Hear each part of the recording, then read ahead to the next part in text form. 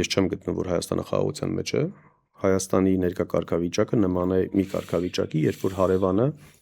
հաջորդ հարևանին հենց տանից ոտքը դուրս է դնում, ծեծում է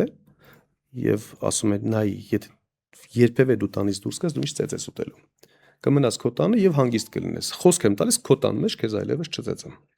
Ու հարևան դուրս մտնի տուն, ընտանիքի անդամներին ասի, տեսեք ինչ խաղաղ ապրում ենք, մենք արդեն հաջորդ հարևանի հետ բոլոր հարաբերությունները կարգավորել ենք եւ մեզ չի ծեծելու։ Հայաստանը այդպիսի կարգավիճակում է։ Այսինքն քեզ խելոք պահի, կատարի այն ինչ ես եմ ցանկանում, փոփոխի քո սահմանադրությունը, ընդունի ադրբեջանցիներին 200,000 կլինի թե 300,000 կլինի, ես կբերեմ իմ, չգիտեմ, հենակետերը կտեղակայեմ քո սովերեն տարածքում, իմ զորքը կգտնվի քո սովերեն տարածքում, Արցախի ռազմաքաղաքական ղեկավարություն եւ այլ անձին կլինեն Բաքվի բանտերում եւ այլն,